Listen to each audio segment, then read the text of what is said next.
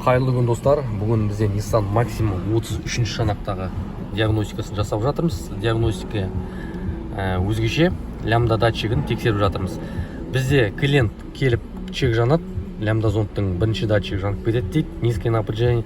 Сондықтан қазір осциллограф пен мотор тестермен лямбда датчигі тексеріп жатырмыз. Қазір біз газ бердік, холостойда тұр. Газбен жасап тұр көлік. Қазір көлік қандай показания.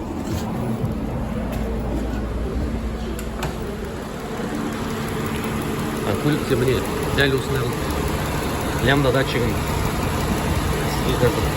көріне ма, датчиктерін дәл осындай инемен шаншимыз. Сосын лямбда датчиктің показаниясын аламыз.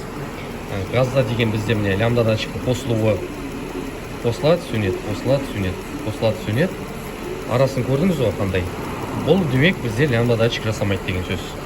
Арасы ашық. Мынау газда. А бензинде қазір көптен бері қосылмайды. Бензинге қоса ғой, бірақ қазір көлік бізде бензинге қосылады. Қазір қараймыз, показаниясын қараймыз қазір.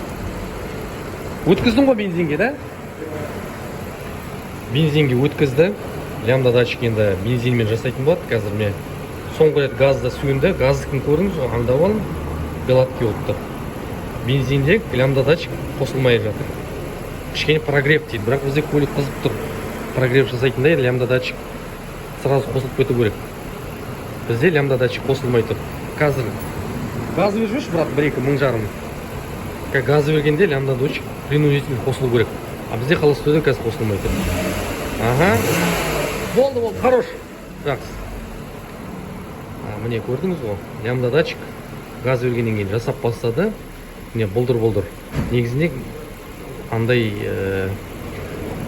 тап-таза болу керек. Ондай қотыр болмау керек. Міне бізде қазір лямбда датчик қосылып бастады. Астындағы датчик показания дұрыс көрсетпей жатыр. Бізде проблема лямбда датчикті ауыстыру керек болады.